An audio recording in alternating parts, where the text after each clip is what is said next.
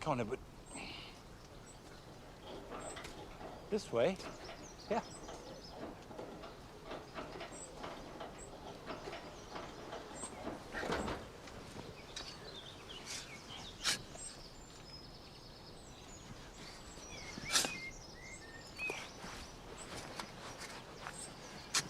Hello, welcome to Gardener's World. I have two pots, one with Nellie inscribed on it and the other with Nigel, so they're special. And I like to plant them up as big statements at this time of year. It'll last me right through till October, and I've got actually a combination which I've not tried before, and the central piece is going to be this. This is a Salvia Amistad. It's kept in the greenhouse over winter. It's quite big, but hopefully not too big for this. I've cut it back. Whoa. And it's heavy. Whoa. There we go. Right. That's like that. Now, if I tease out the soil around the side...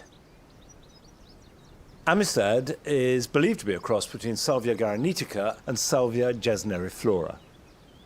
It has rich purple flowers, and of all the tender salvias, it's the easiest to grow, flowers longest, is the hardiest, and the most dramatic, I think.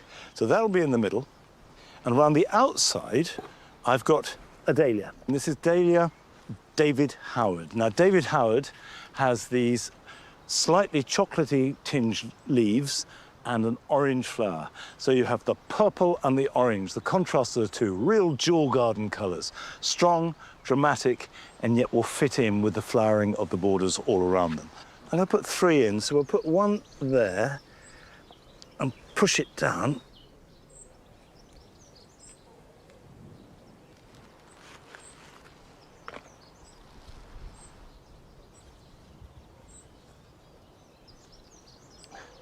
I think three will be enough because they'll enlarge out. So all I've got to do is backfill around it and the job is done.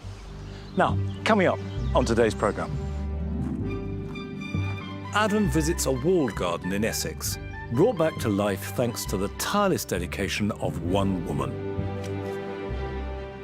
What do you think it is that's driven you? We're between two areas of deprivation here, where we've got people with poor diets, low incomes. It's a garden built on love. Brilliant, absolutely brilliant. Oh, I've gone all gooey now. Bless you. I've gone all emotional. We meet a man who has transformed his barren new build plot into a haven for plants and nature. It's a garden that's 4 years old, but actually, hopefully, the appearance that it has is one that's been here for decades, if not longer. We join Nick as he reveals his ambitious feature garden at Gardener's World Live and explains why he wants to inspire us all to make a metre matter. Research has shown that dedicating a square metre to growing something green can make a huge difference to you, to your mental health and to the environment. And we visit a grower in Leicestershire who is truly potty about peonies. I call them look at me flowers because I don't think you can walk past a peony without thinking, wow, look at that peony. Of all the flowers in the garden, I think they're the showstopper, they're the queen of flowers, really.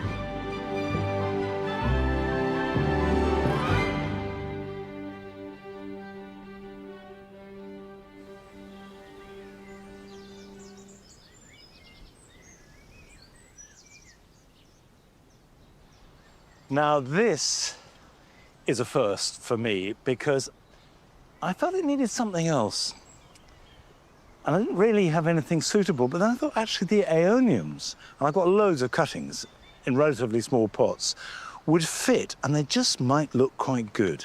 So if I put them inside the terracotta pots, just place them in like that, and maybe that one can go there, and that one there. How does that look?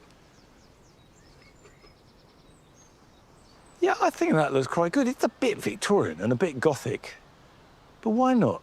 Right, I want to put some soil underneath them, but I think in principle, the whole jewel garden's a bit Victorian and a bit Gothic, so I'm doubling down.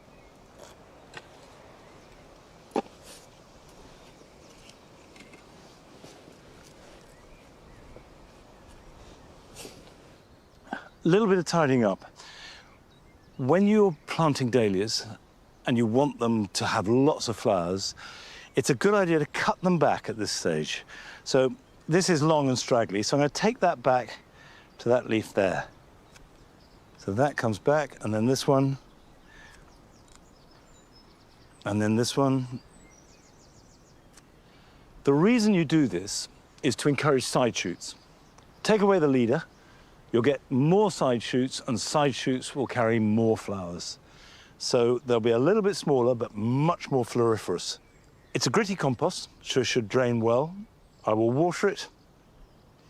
And I think this, which is a completely new composition for me, might look quite good. Let's keep our fingers crossed. Okay.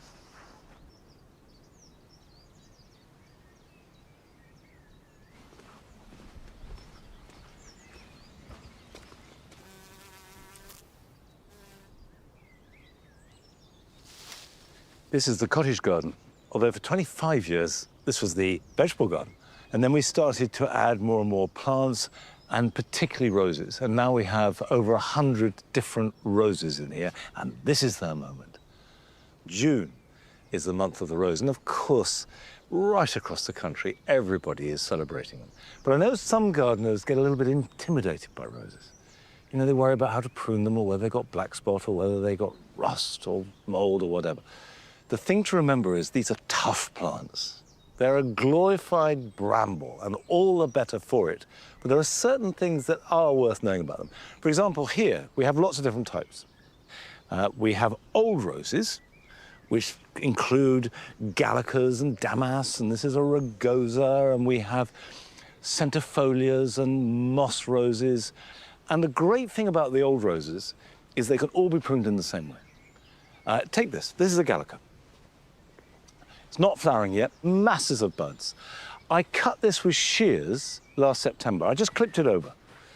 And then in February, I just went through it with a pair of secateurs, taking off anything that was damaged or actively crossing and rubbing. That's it. You don't have to worry about anything other than that. If you want it to be a bit smaller, you cut it down harder. If you want it to be a nice big shrub, you leave it a bit. But fundamentally, that's all you have to do.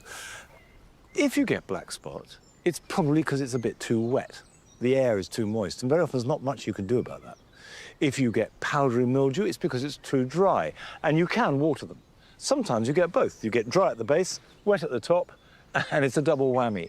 But the flowers are usually good all the same. There are also a huge number of modern roses available, like this, which is a shrub that now acts as a climber, Crown Princess Margarita. It's yellow, flush with a sort of apricot-y orange. The modern English roses are a fantastic addition to anybody's rose garden. But as well as having a fantastic choice, the real advantage of them is that they flower for longer than the old roses. Some of them will flower from the middle of May right through till November. Many others will have a long period of about 2 months, a bit of a rest, and then come back in late summer and autumn. But either way, they all flower for longer than the old roses, which tend to just have a very brief season of about 6 weeks, 2 months at the most. But it does mean you need to underplant and companion plant alongside them, and that's what I'm doing now.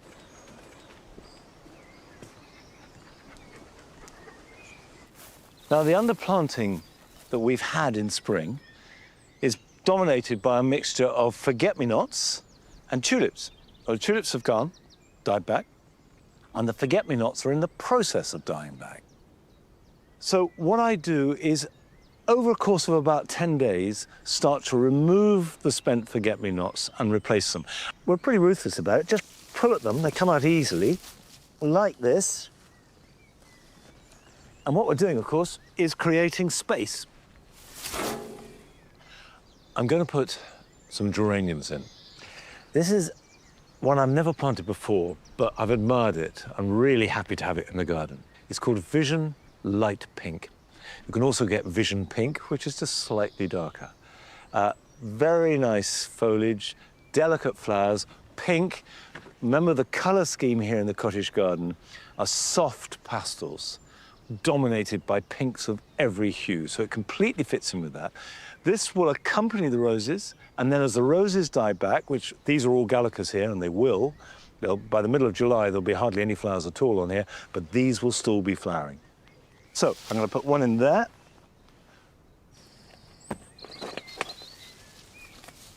So this can go in here, and I can add to it. In a few days' time, as that blue is lost, I can take those out and then put more in. And as long as they get some sunshine, they'll be fine. The great thing about hardy geraniums is that word hardy. Not only will they resist any amount of cold or bad weather, but also they're incredibly adaptable. They grow in full sun, they grow in full shade, they grow in a mixture of both. So this will be very happy here.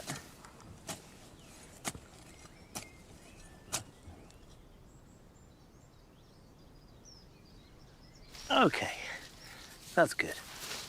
I'll add more in as we go along here.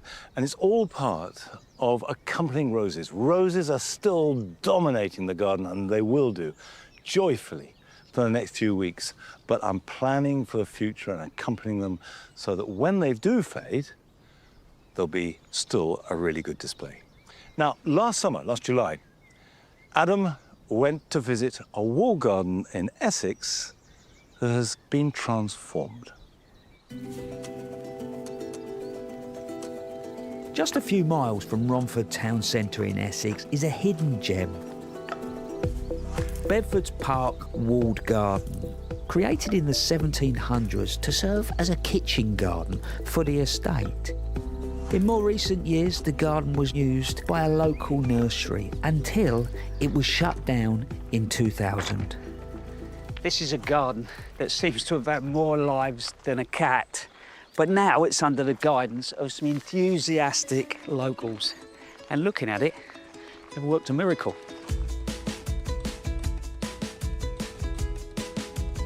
This 1.5 acre plot has an abundance of vegetables.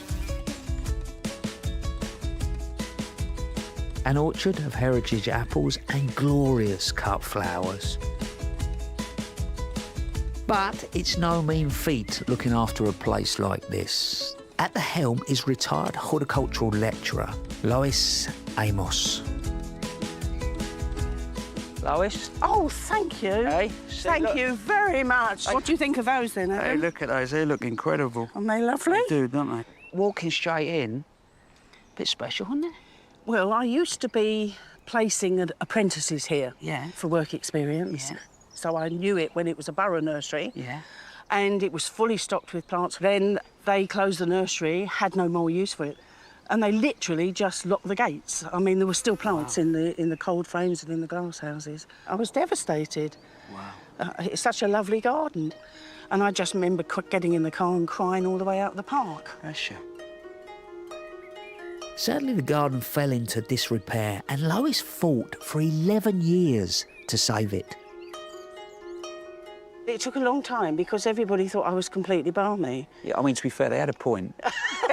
Yes, I suppose so. Yes, I suppose so. But I don't think there was anybody else balmy enough to try and take it on.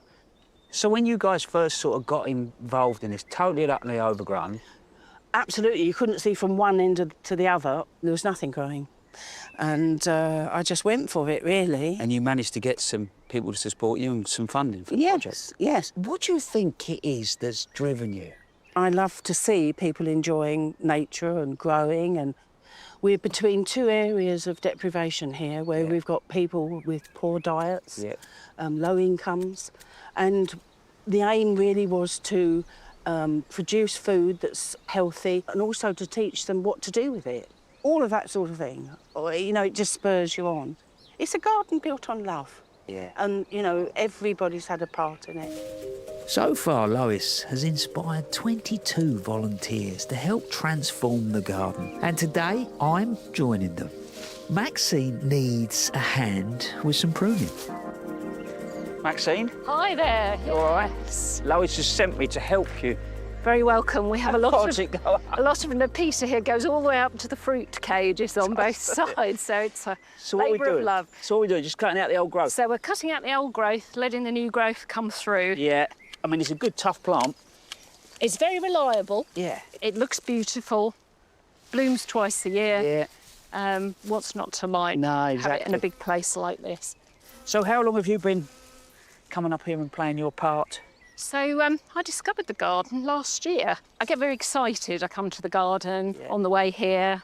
What's going to be out this week? What are we going to be doing? What we're going to be sowing and planting? It's lovely. It's lovely, and there's always something new going on. The benefits of having a place like this on your doorstep are huge.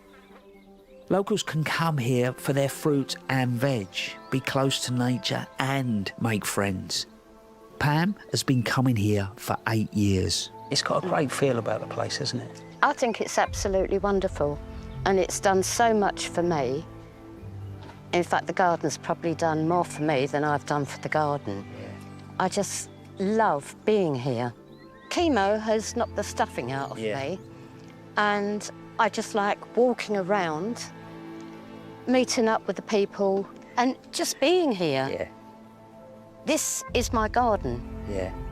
and it'll always be my garden. Yeah. That's magical, isn't it? It's not just about the garden, it's about the people that are involved. Absolutely. Yeah. Yeah.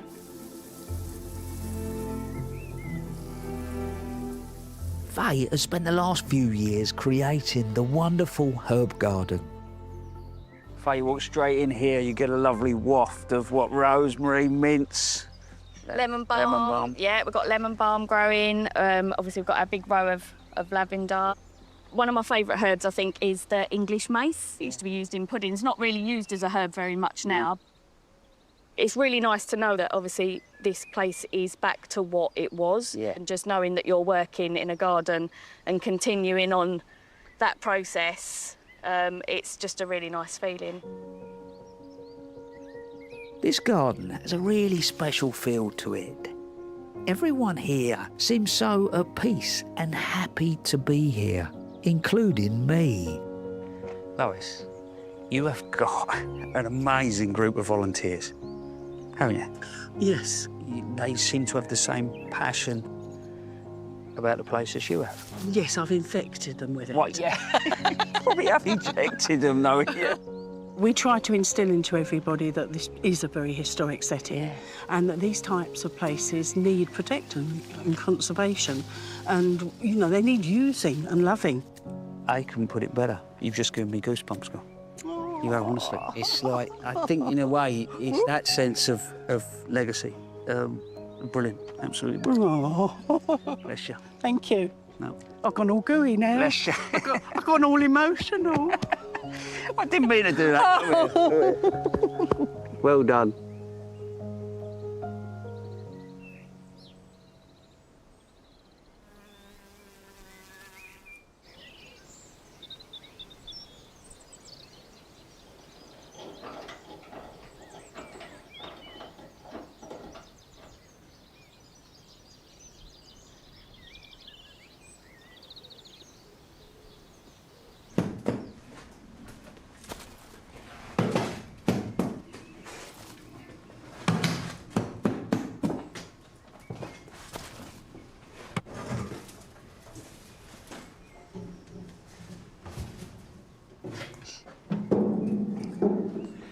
When you think about it, every single big house in the country, and there were hundreds, if not thousands, had a walled garden.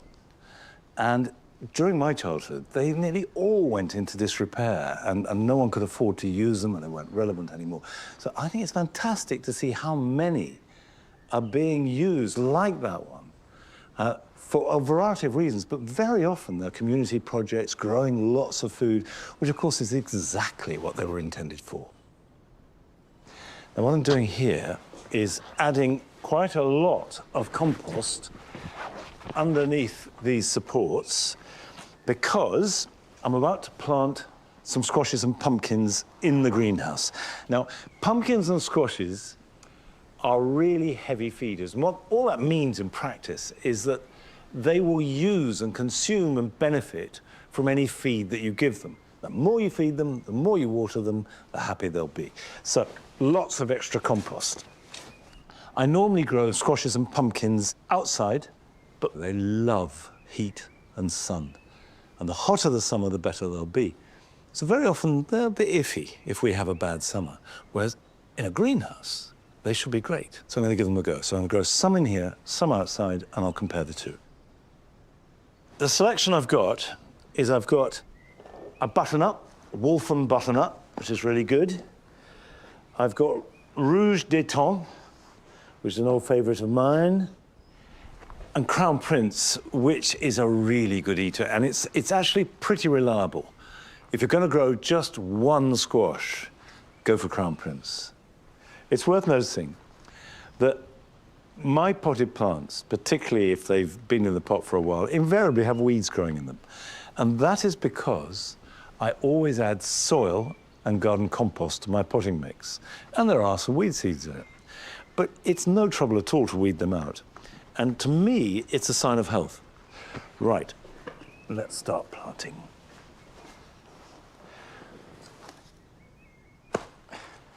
When you're planting them, the normal advice is to make a saucer around them so that you can water them really thoroughly and the water doesn't run off. In here, I'm not too worried about that because the nature of being in a greenhouse means they will get watered. They don't need to be too deep. Just plant them up to the soil level. And this plant that looks pretty insignificant will become very big. If you left it, it would spread right across.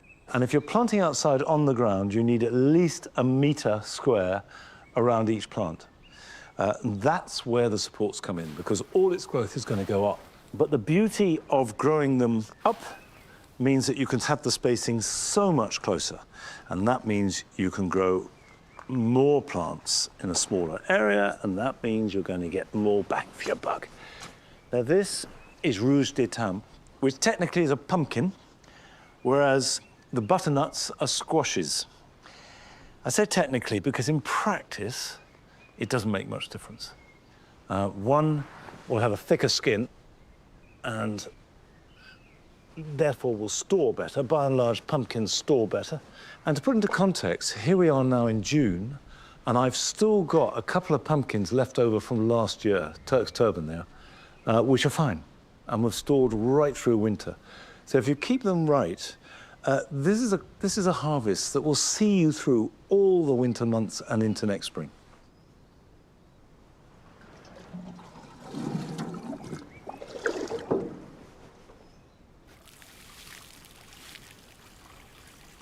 Keep them very well watered. If it's really hot, I'll water these most days. I would think that you'd start to see fruits forming in about 6 weeks' time, and the harvest should be September.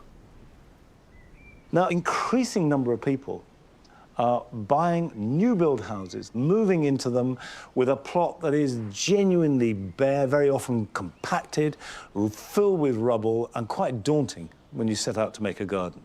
But it can be done. And we went to visit Andrew Jackson in Beverley in his new build house to see how he had turned that bare plot into a magical garden.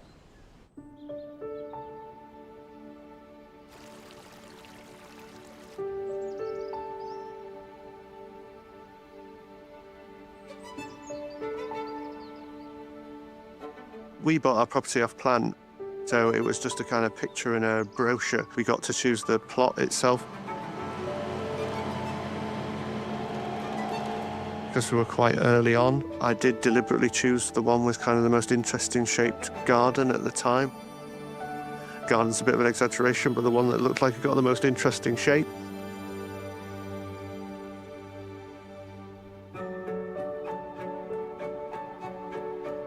I had absolutely zero gardening experience. It's fair to say that there was a lot to learn. There was absolutely nothing here. It was just a lot of compacted building rubble. So actually the soil quality was the #1 issue that we had to deal with immediately. We did lots of things from aerating the soil manually to using all sorts of different compost and organic matter to just improve it. And I think that's the key, really. Every time I see a worm, I think, oh, actually, that's a fantastic thing.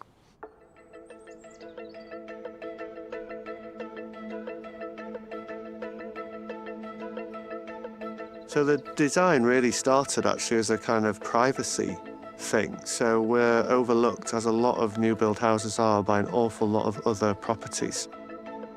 So we started with the kind of tree screening element. these Cotoneaster cornubia, which we bought at 6 feet tall, which you would think might be really expensive plants, but they only cost about £60 each, and they've decided to turn themselves into multi-stem trees, which really helped, I think, in just giving some of that privacy to the garden. And then really it was around building up the bones and the structure of it. So, you know, I'm a huge fan of flowering shrubs. And then really it was around filling in the spaces and actually trying to use colours and themes that worked together.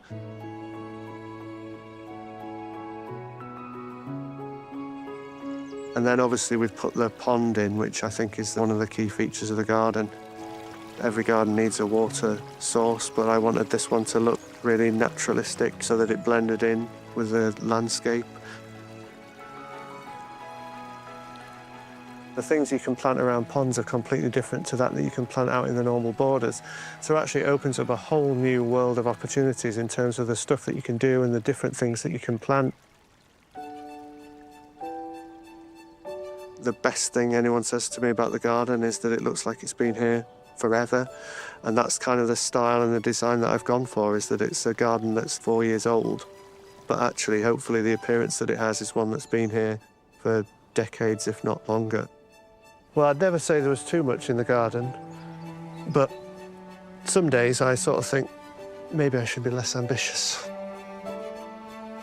I think it's now got to a point of almost maturity, and my next challenge, I think, is knowing where to start cutting back. Actually, you know, I've let things grow really freely over the last 4 years to give that look of maturity. But as a gardener, I know, you know, for things to look really good, you've got to make some clinical decisions sometimes when you do that. So, yeah, I think cutting back is going to be one of those challenges, and knowing just where and when to do that without losing that sort of naturalistic feel.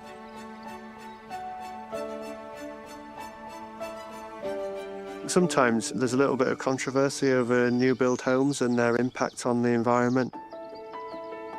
This land was arable farming land before, so I think what we've done here is actually create more biodiversity actually than was here previously, which, you know, is something I'm incredibly passionate about, in that, you know, we've taken away from nature by building a house on their space. So I think there's a responsibility actually to try and help them along and give them a space that actually they can really value. The UK today is about 200,000 new homes a year being built, and the government's got a target of 1.5 million homes over the next 5 years. So I think there is an onus on us as a homeowners group to give back a little bit.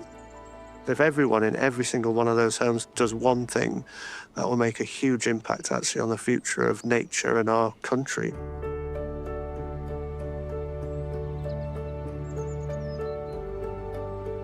Like a lot of gardeners, I mean, I come out here and often see things that need fixing and problems that need solving, but I think when I do give myself the minute to kind of sit and reflect, I do think, you know, what a huge thing we've done over such a short space of time, which is really nice. My perspective on the world has completely changed from becoming a gardener. It's genuinely changed how I look at things. And you know, if I could do one thing, I just want to kind of bottle up that feeling that the garden gives me and give it to everybody else, because it's genuinely just incredible.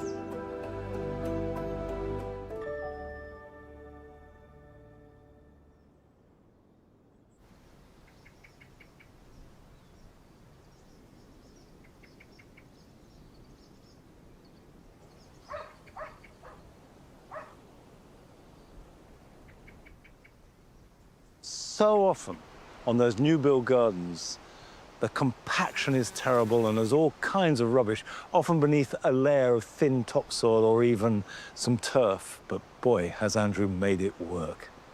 Now, the writing garden here works in phases. It looks really good for a week or two and then looks a bit scruffy, which is where we are now. And I've learnt over the years that in order to maintain the feel I want from it and the look of the plants, I constantly have to refresh it. Every month or so, I need to cut back, add new plants, just keep refreshing the way it looks in order that it can stay much the same. Now, one of the good examples is this. This is a lilac. Fantastic when it's in flower, lovely white flowers, beautiful fragrance, but you can see once the flowers go over, it's a disaster. The fading flowers just leap out at you in the eye and they're terrible. Now what I'm going to do is prune it, but I'm not just going to take the flowers off. I'm going to coppice it back really hard. That will encourage new growth, and lilacs flower on new growth. So it will flower next year, but it'll be much lower. We'll have more shoots, more single flower heads, bigger flowers, not so many, at about that height. So this time of year, any early flowering shrub, like lilac, now is the time to prune if you're going to.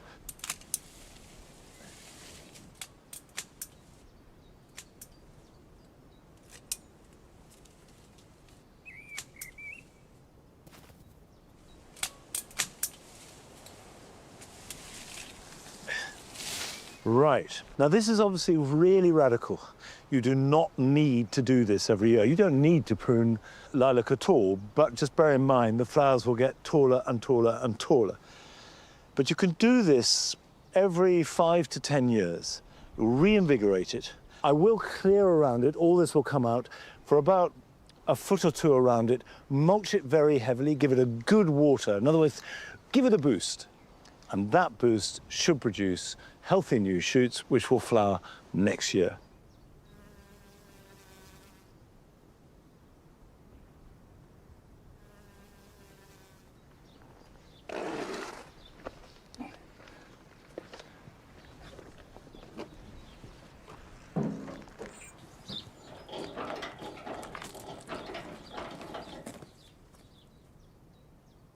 This way, come on. Go on.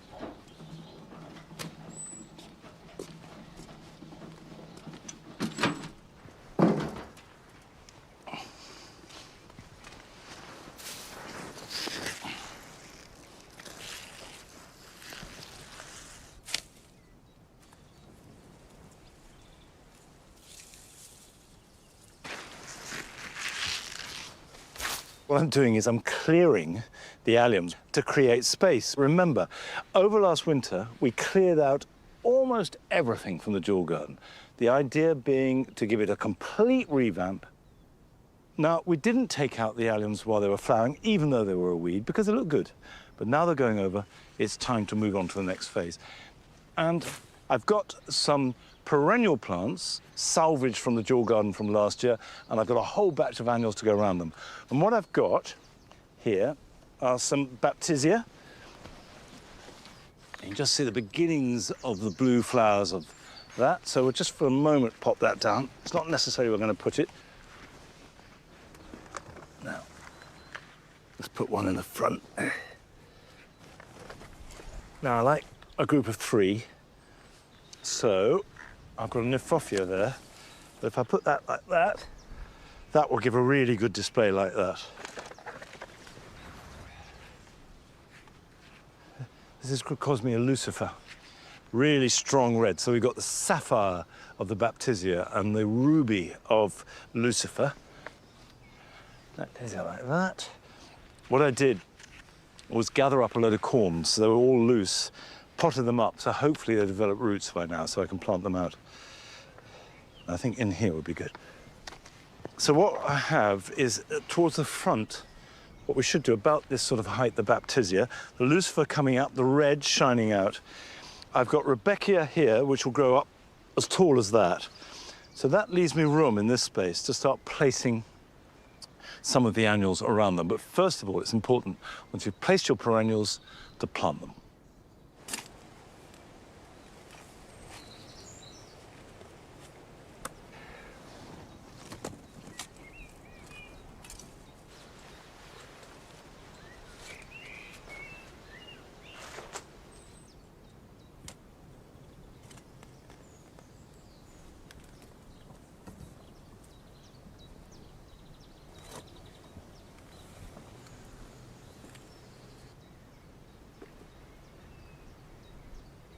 Right, that's this little batch of perennials in the ground. And it is important to get the sequence right.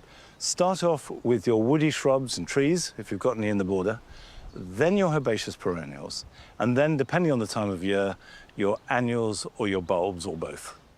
This is a sunflower called Claret, and I love the reddy, marmalade-y, brown colours you can get with sunflowers, just as much as the traditional yellow sunflower. And here in the jewel garden, they tend to work better. Now, these are not giant sunflowers, but they will be 6 to 8 foot tall, so they don't want to be right at the edge.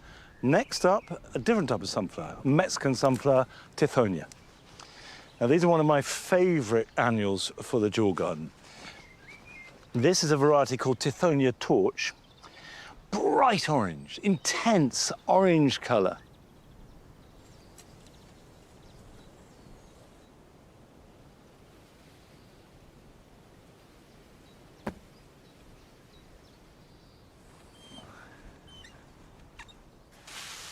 Water everything in really well. Give it a good soak, even if it's raining.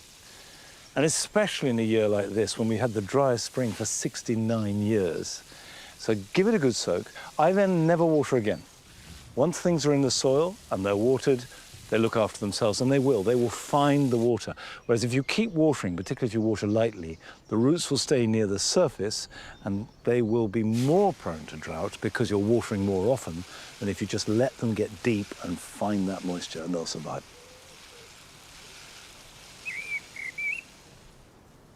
We are going to join Nick now as he prepares for his show garden that he's going to be revealing to all of us at Gardeners World Live. And that is going to contain a really strong message about making every metre matter.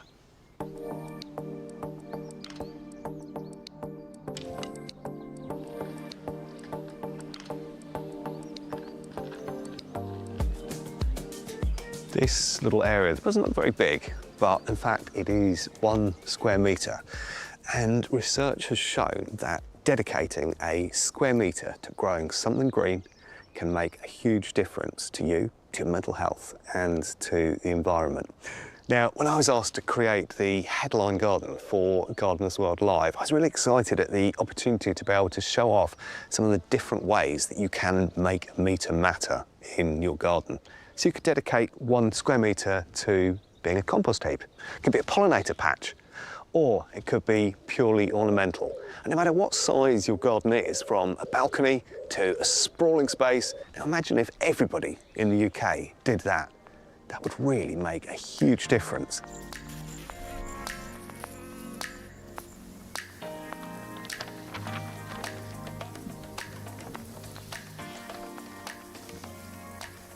Now, of course, the garden I'm creating isn't just 1 square metre. In fact, it's 196 square metres, so that's a plot of approximately 14 by 14 metres.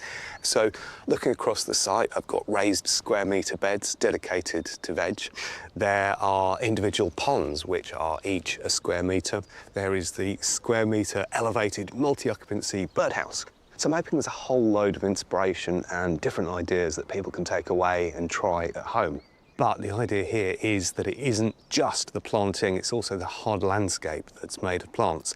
So with a combination of western red cedar, with cork, with bamboo, and with clay bricks, we've basically managed to create all of the garden, avoiding using any concrete, any metal, any glass, or any plastic. Most of the plants are being grown for me, but I am raising some myself. I've roughly split the show garden in half, so 50% of it's ornamental and 50% of it is edible and useful. There's veg coming on well with lots of brassicas. And then I've got a whole load of nasturtiums or tropiolum, which are going to grow in the edges of those kind of raised beds and pour over and just give that sort of sense of abundance. And then finally, just up here, I've got these tumbling tomatoes, and I'm absolutely thrilled to say, by giving them loads of heat, loads of light, managed to get them into fruit. So all of these plants are nearly at a state of readiness and will make their way over to Birmingham, ready to be installed in the show garden.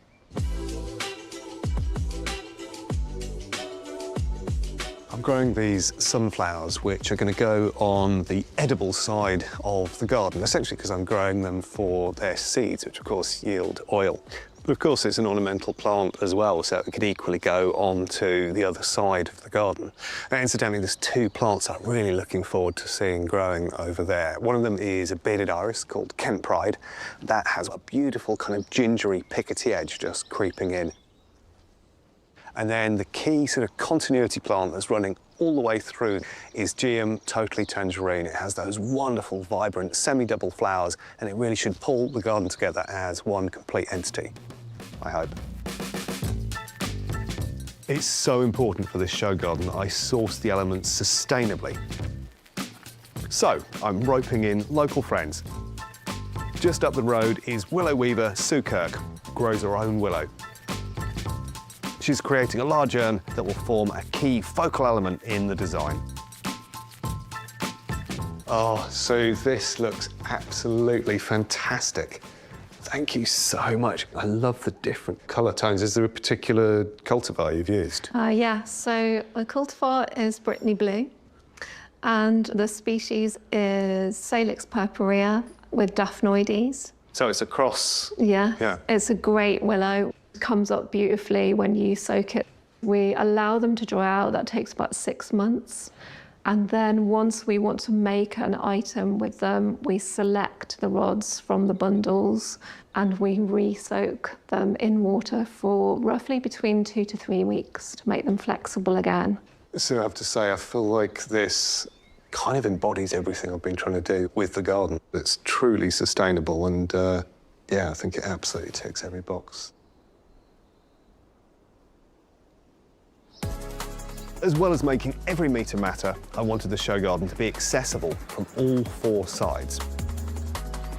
The centrepiece is a collection of buildings which can be seen from any direction, and that inspiration came from somewhere equally local. In fact, the streetscape I'm looking at right now in a village very close to me. And I've literally replicated it with the juxtaposition of these buildings and the fact that there are a series of chimneys rising out of these buildings in the distance that are square and cuboid, and they look exactly like my multi-occupancy birdhouse. And so inspiration can strike you in all sorts of different ways. This one surprised me, but I think it works. Right now, this show garden only exists in my brain and on a few bits of paper. But myself and the landscape team and our fantastic planters have got the challenge of pulling it all together and turning it into reality on site. There are so many different things that could go horribly wrong, but one has to trust in the process. I've done this a few times before, and hopefully at the end of it all, we'll wind up with a fabulous garden. And my biggest hope is that it will leave a whole load of visitors to the show inspired and going home buzzing with ideas they can try in their own gardens.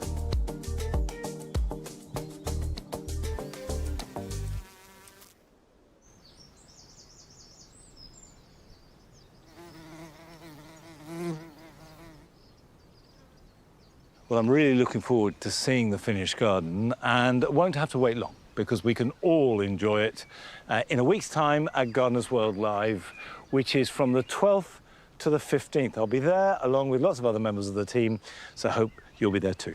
Come on then. Good boy.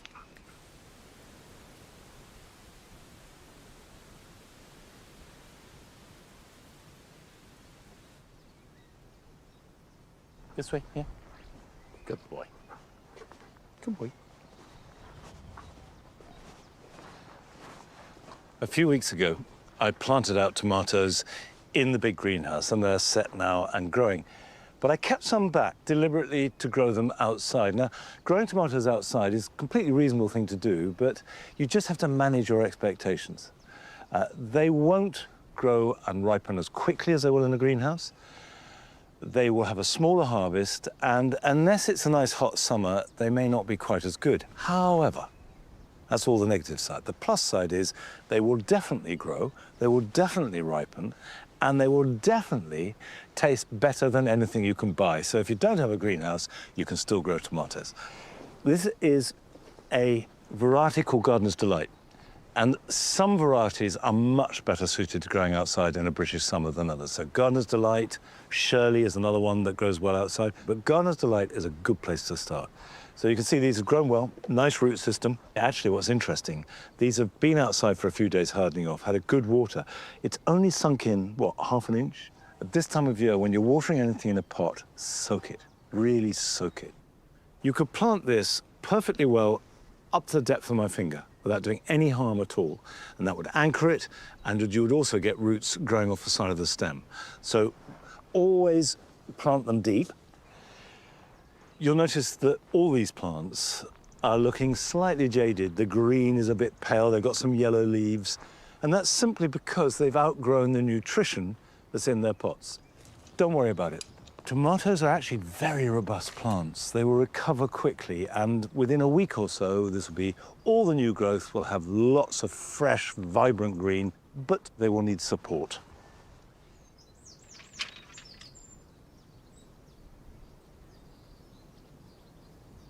The staking does want to be quite robust because a laden tomato at full height is going to be quite heavy and can flop and fall. So get the thickest bamboo as you can.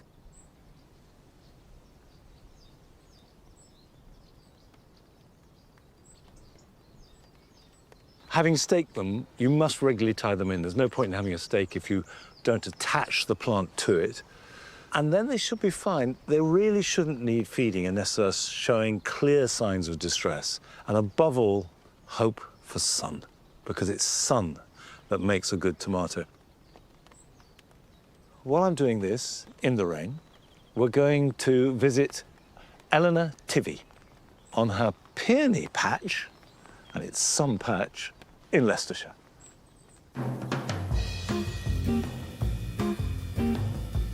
I call them look at me flowers because I don't think you can walk past a peony without thinking, wow, look at that peony. Of all the flowers in the garden, I think they're the showstopper, they're the queen of flowers, really.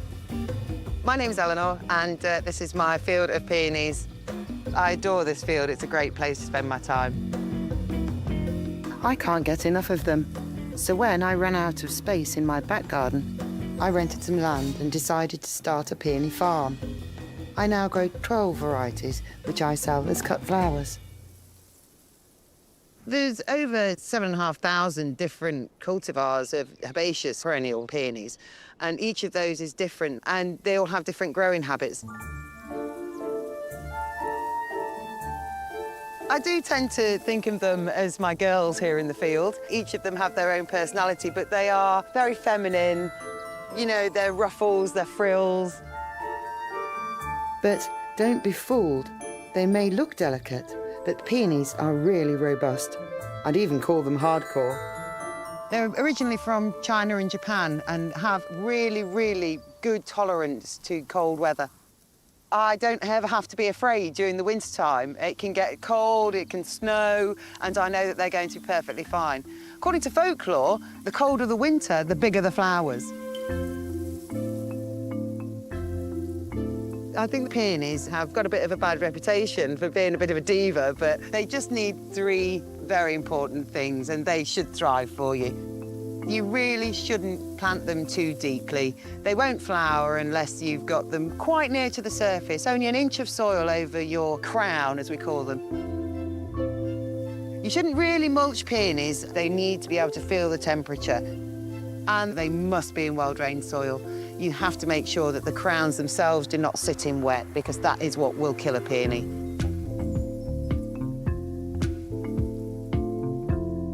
I grow the doubles and the bomb form and the semi-doubles. So this one here is a Lactiflora peony. This one is called Monsieur Jules Elie. It's a beautiful rose pink bomb form peony. And they're called a bomb because they have this huge mass of what are actually modified stamens that have become petals within a set of what we call guard petals, which are larger outer petals. And this one starts as a very dark pink in bud, where the guard petals are protecting these large stamens. And then as it fades out, you'll see it fades into this beautiful soft pink. This one's highly scented with a lovely rose scent. I recommend growing this one.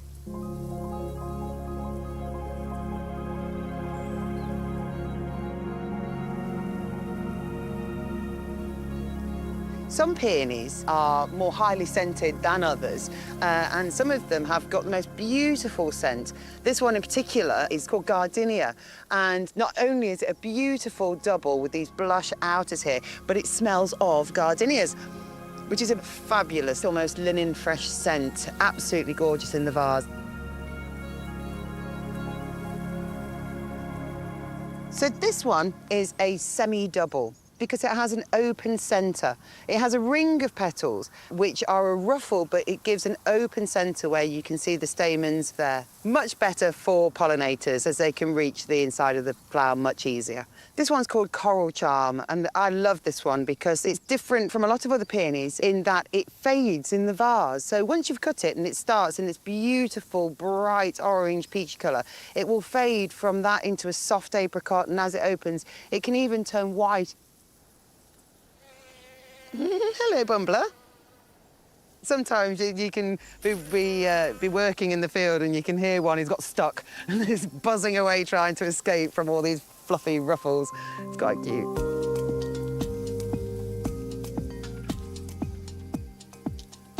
Just look at the size of her. This one is Katerina Fontaine. She's a full double, absolutely gorgeous, sumptuous in all her petals, each different in pink and white across this massive, massive flower head. The great thing about doubles is they're quite slow to open when you cut them, but they also last brilliantly in the vase. The bomb forms tend to explode all their petals after about 7 days. These ones you'll get 10 days from in the vase. To see them in the field all dancing in the breeze with their beautiful ruffles, they are like ballerinas, and I think they're just absolutely mesmerising.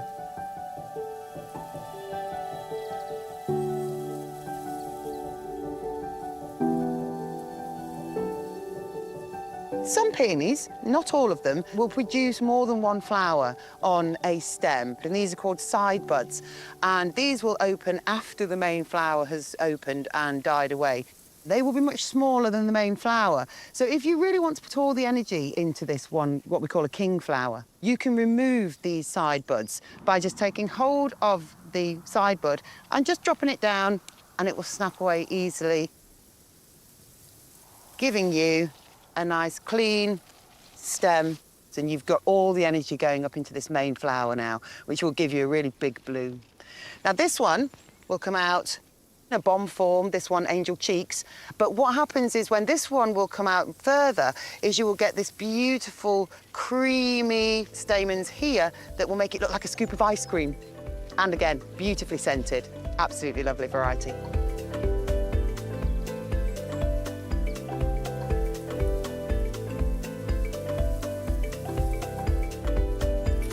It can really lift your mood when you first enter the field and see all the flowers bobbling about in the wind. What a privilege to be able to walk amongst so many of them, all flowering away. Yeah, I just think they're fantastic. I love them.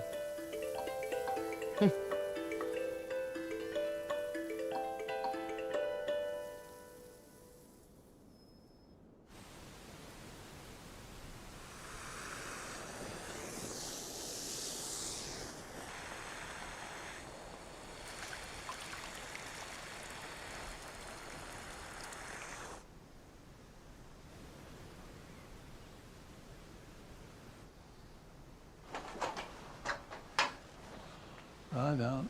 That's a good boy.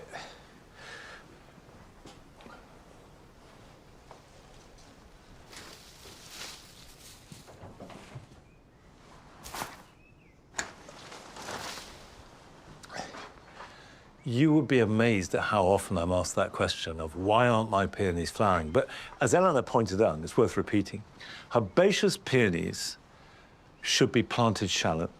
If you bury them too deep, they will not flower. Ideally, the crown is level with the surface of the soil, and don't mulch over the top of the crown either, because that buries it too. If you plant them level with the surface of the soil, they will flower freely and last for years and be lovely every single time.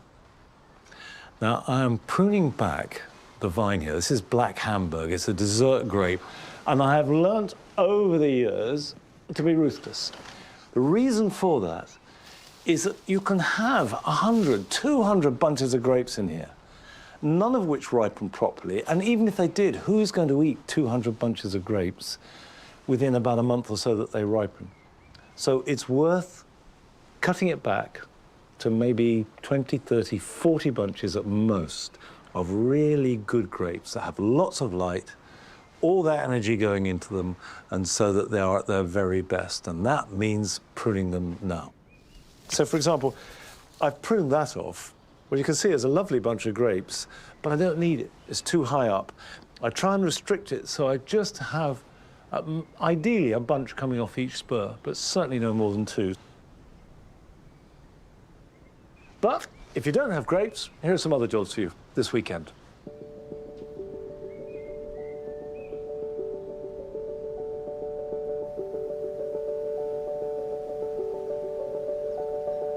Now is a good time to sow French beans direct into the warm soil.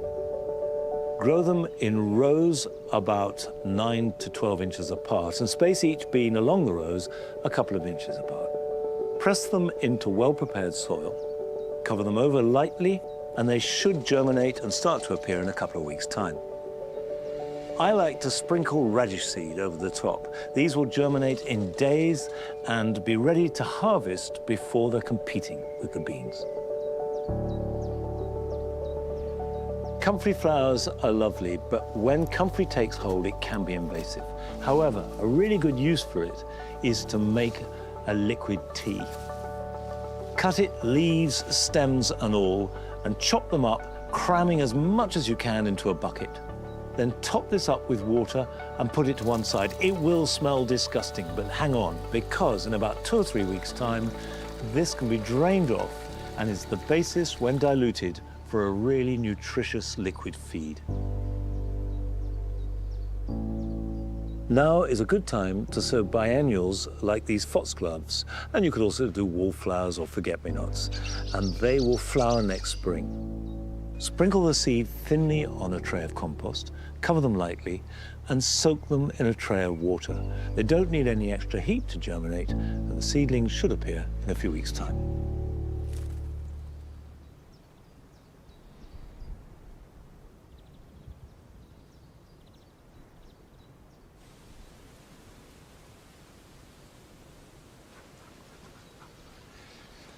I talked earlier about the roses in the cottage garden, which are mainly shrub roses, although there are a few climbers as well. Well, this is another kind of rose. This is a rambler. I have ramblers growing on most of the apple trees here in the orchard. And ramblers have 2 differences to climbers.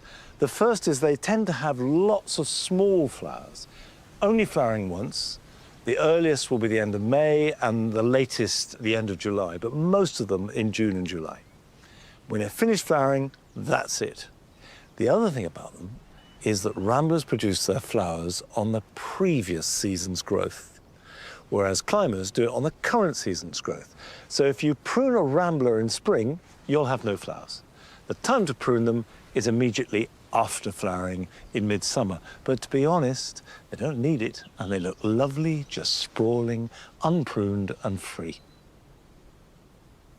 Well, that's it for this week. And next week, we will be at Gardener's World Live. So join us there. Bye-bye.